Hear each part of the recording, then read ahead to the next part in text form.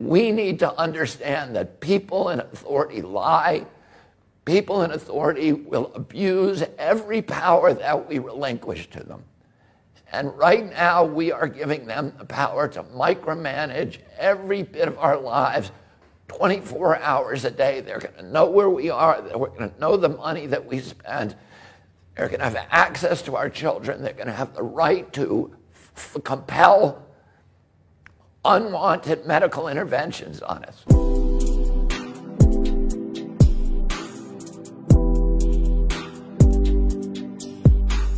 Hi, I'm Robert F. Kennedy, Jr. Excuse my voice, which should get better as I talk. And let me explain to you a little bit about the journey that brought me here. I run the biggest water protection group in the world. It's called Waterkeeper Alliance. And back in the early 2000s, I was suing big coal-burning power plants in the United States for discharging mercury. At that time, and my only concern was the impact of the mercury on fish and on human health of the human beings who ate the fish. Around that time, it came to my attention that there was also large amounts of mercury in vaccines, much larger exposures to children than any child would ever get from eating fish. And so I began to address that, and we started an organization that was trying to have a very limited scope, which was trying to remove the mercury from vaccines. Little by little, I came to understand that there were larger problems with vaccines. And the central problem, and the one we were most deeply concerned with, was that vaccines in the United States were not safety tested. They have an exemption that is not available to any other medical product. And that exemption, which most people cannot even believe, is an artifact of the CDC's legacy as the Public Health Service, which was a quasi-military agency.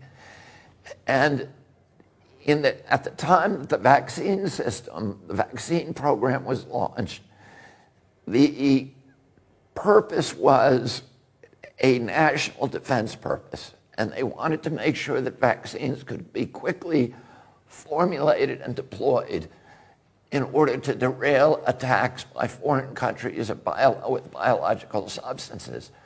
So they removed the regulatory impediments, including the necessity to test vaccines, to safety test vaccines against placebos. And so my very narrow purpose in starting the Children's Health Defense was to address this problem and get vaccines properly safety tested. Because if they're not safety tested, nobody can tell you with any medical authority whether that vaccine is injuring more people than it's saving. And yet, as we continued on with this advocacy, it became very clear that there were other problems as well. There was problems with the corruption in our political system. The pharmaceutical companies had not only corrupted our politicians with huge amounts of lobbying money, they had captured the agencies that are supposed to protect Americans from public health threats, the CDC, the FDA, the HHS. They had captured the press in our country. Huge influxes of advertising dollars, which had neutralized the press, and they had effectively subverted American democracy by neutralizing all of those institutions that the founding fathers of our nation had created to stand between a greedy corporation and a vulnerable child. The Congress had been corrupted. The regulatory agencies were captured. They had become sock puppets for the industry they're supposed to regulate. The press had been sidelined. And worst of all, they had passed a law in our country in 1986 that gave pharmaceutical companies complete immunity from liability. So there was no incentive for any of those companies to make vaccines safe. And little by little, we recognized that this was not just an American issue. This was a global issue. I came 2 years ago when I was arguing the Monsanto case, and I met my partner here, Senta Dupuy. And Senta already understood the connection that had taken me so long to formulate between toxics in our environment, the capture of our agencies and our political structures by those powerful companies. She also recognized that pharmaceutical companies were the most powerful, more powerful than oil, more powerful than the chemical industry, and a greater threat not only to our children's health, to all the institutions of democracy, not in the United States, but all around the globe. And I'm very glad that Tina Choi helped Senta to organize Children's Health Defense Europe. We are here today to announce, to launch the beginning of this organization. We've been very, very successful in the United States. We recognize that the pharmaceutical industry is operating and capturing politicians and running governments in every nation on the globe. And if we win this battle just in one nation, the United States, we're still going to lose it globally. So we need people of goodwill, people who have courage, people who have a nonconformist way of thinking, who understand that we are being lied to, that the entire political structure today is saturated in pharmaceutical propaganda. And we have watched over the past few years something that is extraordinary. We are at an inflection point, I believe, in human history. The largest and most critical inflection point that humanity has ever encountered. For many years, totalitarian and authoritarian states have used the power of fear to engineer compliance in populations. I grew up understanding what happened in World War II in our country, and during the Nuremberg trials, Hermann Goering was asked by the prosecutor, how did you make the German people comply? And Goering said, it's not just Germany. This works in any country, whether it's a fascist country or a communist country or a monarchy or a democracy. All the rulers need to do is to tell people that there's something they need to be fearful of, to point a finger at that source of their fear. And you can make human beings do anything you want. You can make them go to slaughter like sheep. You can make them obey. During the same Great Depression that spawned Adolf Hitler, we were very lucky in our country that we had a leader, Franklin Roosevelt. And he said, the only thing we have to fear is fear itself. He understood that fear would drive us into totalitarianism. Well, the biosecurity agenda that people like Bill Gates and Anthony Fauci and Davos and all of these people who are running now the global economy, they have understood for years that they have a power that no totalitarian government has ever had available to it, which is the biosecurity. You know, in Hitler could point at the Jews and say, those are the big threat. We need to be frightened of them. And you guys, everybody else needs to obey so that we can fight them off. Other countries were scared of the Bolsheviks. In the United States, you know, our demagogues point to the Mexicans or dark-skinned people and say we need to be scared of them, or terrorists. And, you know, all of those things get us to voluntarily give up, relinquish our human rights, our civil rights, and walk like sheep into the abattoir. But now they have a source of fear that is the most pervasive and all-encompassing power that they've ever had, which is the fear of pandemics. Governments love pandemics the same way that they love wars, because it gives them power, it gives them control, and it gives them the capacity to impose obedience on human beings. And today we have an inflection of new technologies that give governments the capacity to impose controls on populations that have never been imagined before in human history by any tyrant in history. We have 5G, which has created a surveillance state. 5G is not here for your benefit. It's not here so that it's going to make your life better because you can download your video game in 6 seconds rather than 29. The only reason for 5G is because it allows these big data companies run by Bill Gates and Mark Zuckerberg and Jeffrey Bezos to harvest our data, to listen to your conversations on your cell phone. They've always been able to do that, but there was no way for them to transport that data, to subject it to analytics, and then to monetize it and to sell it.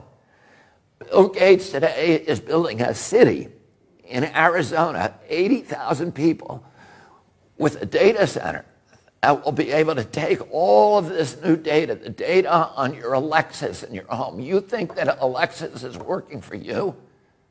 Alexis isn't working for you. She's spying on you. Your cell phone is spying on you. They have biometric facial recognition systems, your GPS. All the satellites that Bill Gates brags that his satellites will be able to monitor every square inch of the planet 24 hours a day. They're going to know, and then they have another innovation, which is digital currency. And once they have digitalized our currency and gotten rid of the cash economy, they have absolute control over us because they'll be able to tax every transaction. The banks will be able to cash in on every transfer of wealth, every transaction, no matter how minuscule, no matter how small. But also they'll be able to enforce obedience, because if you're disobedient, they'll be able to shut down your bank account and starve you, and you'll have no access to cash. And many people argue that this pandemic was a plandemic, that it was planned from the outset, that it's part of a sinister scheme. I can't tell you the answer to that. I don't have enough evidence. A lot of it feels very planned to me, but I don't know. I will tell you this. If you create these mechanisms for control, they become weapons of obedience for authoritarian regimes, no matter how beneficial or innocent the people who created them. Once you create them, they will be abused. 100% guarantee that they will be abused. And all of the people who are out on the street now, who are arguing with this new imposition that we're seeing all around us, of authoritarian control, of people being told, wear your mask. And you know, I think everybody in Europe, everybody in Germany, everybody in the United States, if they were told, here's why you should wear a mask, here's the science that says it will help, here is the science that says it works, that you will stop transmission to other people, everybody would wear it with no problem. What we know is that we're not being dealt with honestly. We're being told, this is the science. But it's not, it's an appeal to authority. It's science because Tony Fauci and Bill Gates tell us it's science. We want to see the studies. We want to see the studies on hydroxychloroquine. We want to see the studies on whether the lockdown is killing more people than the coronavirus. We want to see real science and real risk assessments. And we are not going to take the word. My father told me when I was a child, people in authority lie. And we all, if we are going to continue to live in a democracy, we need to understand that people in authority lie. People in authority will abuse every power that we relinquish to them. And right now, we are giving them the power to micromanage every bit of our lives 24 hours a day. They're going to know where we are. They're going to know the money that we spend. They're going to have access to our children. They're going to have the right to compel unwanted medical interventions on us. The Nazis did that in the camps in World War II. They tested vaccines on gypsies and Jews. And the world was so horrified after the war, we signed the Nuremberg Charter. And we all pledged when we do that, we would never again impose unwanted medical interventions on human beings without informed consent. And yet in 2 years, all of that conviction has suddenly disappeared. And people are walking around in mass where the science has not been explained to them. They are doing what they're told. They are these government agencies are orchestrating obedience. It is not democratic. It's not the product of democracy. It's the product of a pharmaceutical-driven biosecurity agenda that will enslave the entire human race and plunge us into a dystopian nightmare where the apocalyptical forces of ignorance and greed will be running our lives and ruining our children and destroying all the dreams and dignity that we hope to give to our children. And the launch of this organization, Children's Health Defense in Europe, is a beachhead. It's an announcement to the world that we are not going to take it. We are building institutions to fight your institutions. And you have global institutions, and we now have a global institution. And we are going to be out tomorrow with the biggest crowd in German history, and they're all going to be saying peacefully the same thing. We are not going to let you take our democracy away. We are not going to let you take our health away. We are not going to let you take our freedoms away. We are not going to let you take our children away.